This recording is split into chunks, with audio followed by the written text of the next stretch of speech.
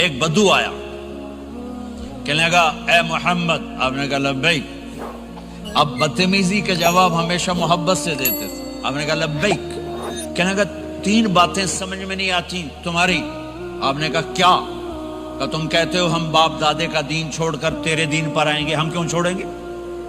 اچھا، اور کہ تم کہتے ہو روم فتح ہو جائے گا، ایران فتح ہو جائے گا، اتنے بڑے بادشاہ یہ تیرے فقیر بندے کیسے فتح کریں گے؟ اچھا، تیسری کہ تم کہتے ہو مر کے مٹی ہو کر پھر زندہ کیے جائیں گے، کون زندہ ہوا ہے آج تک؟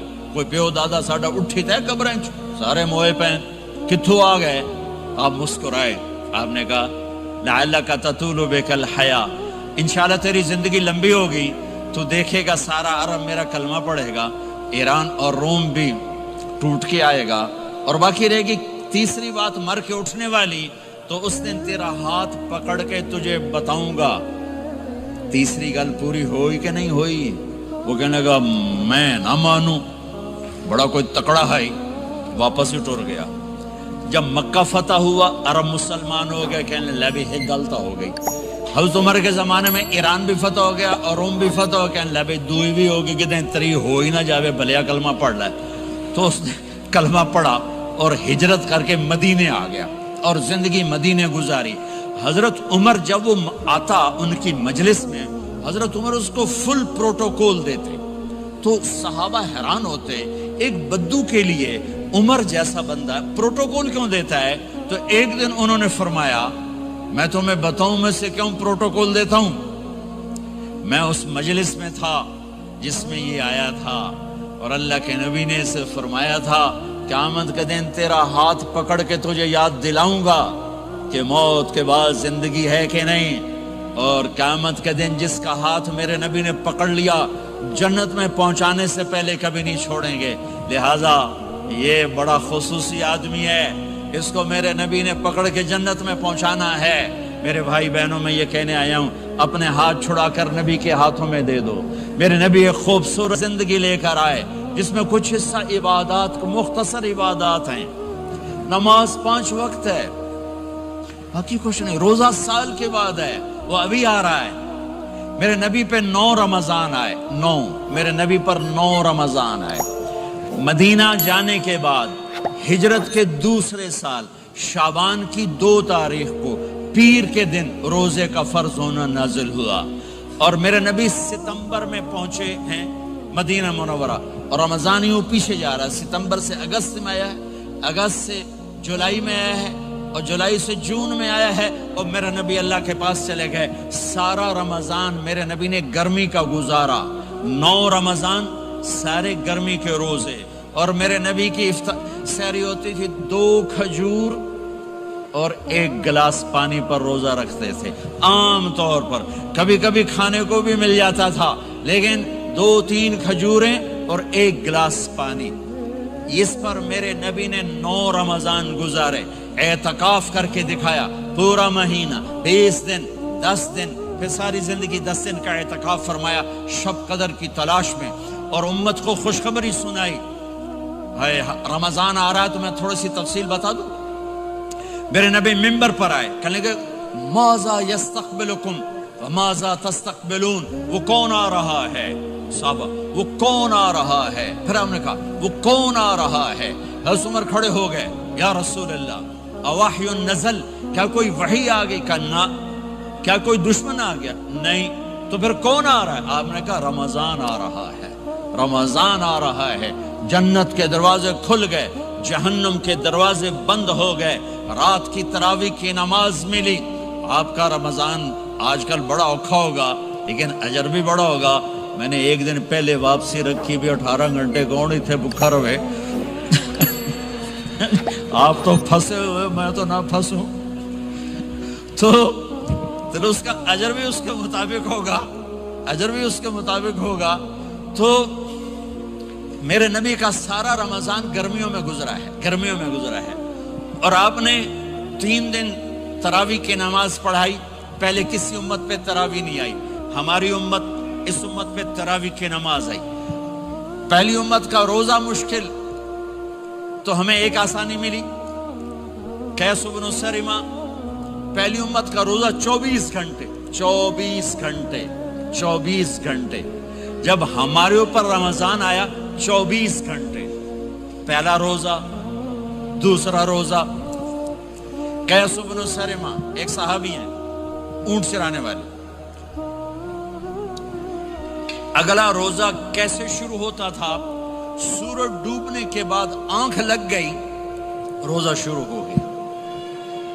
روزہ شروع ہو گیا. جب تک جاگ رہے ہو کھاتے رہو، آنکھ لگی روزہ شروع ہو. یہ گھر آئے، کہنے لگے بیوی سے کوئی افطاری ہے؟ کہنے لگے ویلے بیٹھے ہیں، کیسا کوئی نہیں. پھر کہنے لگے تو اتنا تھک کے آیا ہے تو چلو میں تیرے لیے کچھ انتظام کر کے لاتی ہوں. اب یہ تھکے ہوئے آئے تھے، یہ لیٹے اور آنکھ لگ گئی، سورج ڈوب گیا. بیگم کو آنے میں دیر ہو گئی. جب وہ آئی دیکھا تو سوئے ہوئے. کہا لگتا ہے ابن سرمہ، ارے سرمہ کے بیٹے تیرا تو کم ہو گیا. ان کی آنکھ کھلی، کیا ہوا؟ کہ اگلا روزہ شروع ہو گیا. تو ظہر کی نماز میں آئے مسجد میں تو بے ہوش ہو کے گر گئے. تو اللہ کے نبی نے پوچھا اس کو کیا ہوا؟ کہ یا رسول اللہ یہ سحری کے بغیر روزہ شروع کر دیا. تو میرے نبی کا دل ایک دم مٹھی میں آیا.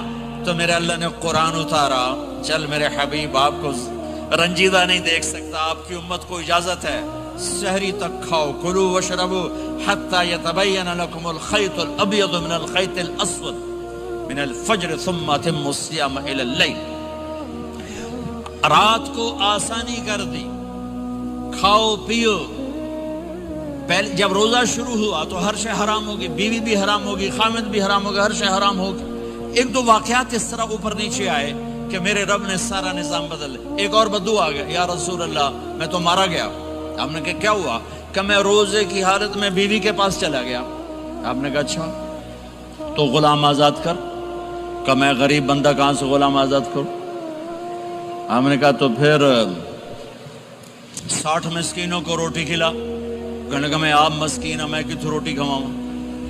آپ نے کہا اچھا پھر 60 روزے رکھ. کہنے لگا ایک روزے آئے کم کیتا 60 روزے کی تھک. ایک روزے میں یہ چاند چڑھایا، 60 روزوں میں کیا کروں گا؟ تو آپ بڑا ہنسے. آپ نے کہا اچھا بہ جا. تھوڑی دیر گزری تو ایک صحابی آئے، یا رسول اللہ یہ صدقے کی کھجوریں ہیں. تو آپ نے او بھائی کتنے ہیں؟ جو بیٹھا چورے آ، یہ لے جا اور مدینے کے 60 غریبوں کو دے دے. وہ کہنے لگا یا رسول اللہ اللہ کی قسم مدینے میں مجھ سے بڑا غریب کوئی نہیں، تسی یہ نہیں کرو، میرا جرمانہ مینوں ہی حلال کرو. تو آپ اتنا ہنسے کہ یہ دانت نظر آنے، یہ داڑے نظر آئے. اتنا ہنسے یہاں تک آخری دانت نظر آنے لگے. آپ نے کہا اچھا بھائی تیرا جرمانہ تینوں ہی حلال کیتا، پر اور کسی واسطے نہیں، صرف تیرے واسطے. تو یہ اوپر نیچے ایسے کام ہوئے تو میرے رب نے کرم کیا کہ چلو تمہارے لیے رات ساری حلال ہے، ہر حلال چیز حلال ہے. سحری کے بعد ختم. تو روزہ کھانے کا ٹائم تبدیل کیا، ایک نماز کا اضافہ کیا، تراویح. وہ چونکہ مشکل ہوتی ہے تو اللہ نے اجر بڑھا دیا. میرے نبی نے خوشخبری سنائی، میری بات دھیان سے سننا، رمضان آنے والا ہے، تراویح آنے والی. تراویح کے ہر سجدے پر 1500 نیکی، 1500 نیکی. یہاں کی سب سے بڑی مسجد کون سی ہے؟ جامعہ اسلامیہ حسنہ کی مسجد والے. 1500 نیکی آپ کو سمجھ میں نہیں آئے گی. ایک چھوٹا سا اشتہار لگا دیں، جو ہماری مسجد میں تراویح پڑے گا اس کو $15 ملیں گے، ہر سجدے پہ $15. اگلے دن تسی دادیاں نہیں بھی چاہ کے لے جاؤ، تو دادیاں تے تو لڑائی شروع ہو جاؤ، اما تو میرے نال ٹور، دادی تو میرے نال ٹور. میرے نبی کی خوشخبری 1500 نیکی، 3 سیکنڈ کا سجدہ. ہر سجدے پر جنت میں سرخ یاقوت کا ایک محل جس کے 60,000 سونے چاندی کے دروازے. تسی ایک گھر لے کے ساری زندگی قرضے لائی رکھ دے ہو نہیں. ایک سجدے پر جنت میں اتنا بڑا گھر کہ 60,000 سونے چاندی کے دروازے. ہر سجدے پر جنت میں ایک درخت سونے چاندی کا جس کا نیچے 100 سال گھوڑا دوڑ سکے. ایک روزہ، ایک روزہ۔ رمضان کا کبھی سوچا رمضان کا مطلب کیا ہے؟ رمضان کو رمضان کیوں کہتے ہیں؟ اللہ نے 11 مہینوں کے نام عربوں سے رکھوائے اور روزے کے مہینے کا نام خود رکھا قرآن میں، شہر رمضان الذی انزل فیہ القرآن۔ محرم، صفر، ربیع الاول، ربیع الثانی، جمادی الاولی، جمادی الثانی، رجب، شعبان، شوال، ذوالقعدہ، ذوالحج، یہ عربوں نے نام رکھا، اور رمضان پہلے سے رکھا جا چکا تھا، عربوں سے رکھوایا۔ رمضان کے لفظ اور روزے میں کیا جوڑ ہے؟ رمضان کہتے ہیں جل جانا، جل جانا، جل جانا۔ تو اس کو روزے کے ساتھ کیا مناسبت ہے کہ جب کوئی مرد عورت روزہ رکھتا ہے یا رکھتی ہے تو پچھلے 330 دن کے گناہ، آج روزہ رکھا، بھٹی تیار ہو گئی، گناہ ڈال کے جلاؤ، دوسرے دن اور گناہ جلاؤ، تیسرے دن اور گناہ، چوتھے دن اور، 30ویں دن سارے گناہوں کو اللہ تعالیٰ جلا کے، راکھ کر کے، ایمان والے مرد عورت کو پاک کر کے، صاف کر کے، آخری رات کہتا ہے جاؤ بخشے بخشائے چلے جاؤ، جاؤ بخشے بخشائے چلے جاؤ۔ تو میرے نبی تو 2 کھجور پہ روزہ رکھتے تھے۔ اور ایک بڑا خوبصورت واقعہ ہے رمضان کا، کہیں سے بکرے کی سری پکی ہوئی آ گئی تو آپ بڑے شوق سے کھا رہے تھے، اور ساتھ ارباز بن ساریہ بھی تھے، حضرت علی بھی تھے، اور حضرت مقداد بھی تھے، 3-4 آدمی سری کھا رہے تھے۔ بلال رضی اللہ عنہ آئے کہ یا رسول اللہ سحری کا ٹائم ختم ہو گیا ہے، میں اذان دینے جا رہا ہوں، آپ کھانا پینا بند فرما دیں۔ اب میں کہا ٹھیک ہے، وہ باہر چلے گئے، اذان دینے لگے، پھر خیال آیا میں دیکھ لوں کہ آپ نے کھانا چھوڑا کہ نہیں چھوڑا۔ واپس آئے تو آپ کھا رہے تھے، کہا یا رسول اللہ واللہ لقد اصبحت، اللہ کی قسم صبح ہو گئی۔ آپ نے ہاتھ پیچھے کر لیا، کہا ارے بلال نہیں ہوئی تھی، نہیں ہوئی تھی، تیرے قسم کھانے پر اللہ نے پہلے نکال دیا اس کی، کہ تیری قسم جھوٹی نہ پڑے۔ حضرت علی نے فرمایا اگر بلال قسم نہ اٹھاتے تو جب تک میرے نبی کھاتے رہتے اللہ صبح کو پیچھے ہٹاتے جاتے۔ دیگ پک رہی تھی، ابو عبیدہ رضی اللہ تعالیٰ عنہ بن جراح وہ دیگ پکا رہے تھے، بکرا۔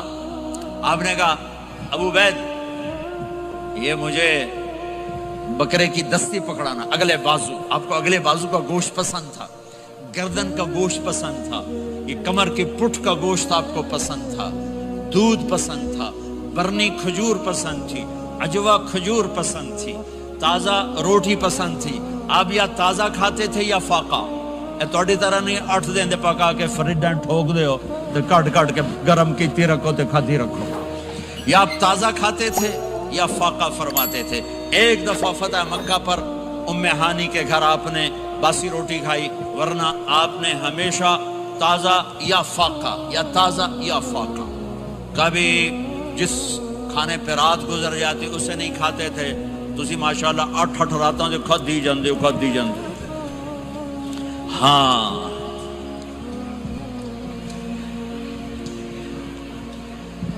تو کہنے لگے عبید یہ دستی پکڑانا، تو انہوں نے ایسے بکرے کا بازو نکال کے پورا آپ نے یوں پکڑا، نوچ کے پھینکا، کہ دستی پکڑانا، آپ نے انہوں نے یوں نکالا ڈوئی سر، آپ نے پکڑا، کھایا، کہا مجھے بکرے کا بازو دستی پکڑانا، کہا یا رسول اللہ بکرے کی 2 ہی ہوتی ہیں۔ آپ نے کہا تیرا بھلا ہو جائے، اگر تو میرے کہنے پہ ڈوئی ڈال دیتا، جب تک میں کہتے رہتا اللہ مجھے نکال کے کھلاتا رہتا، اللہ مجھے نکال کے کھلاتا رہتا۔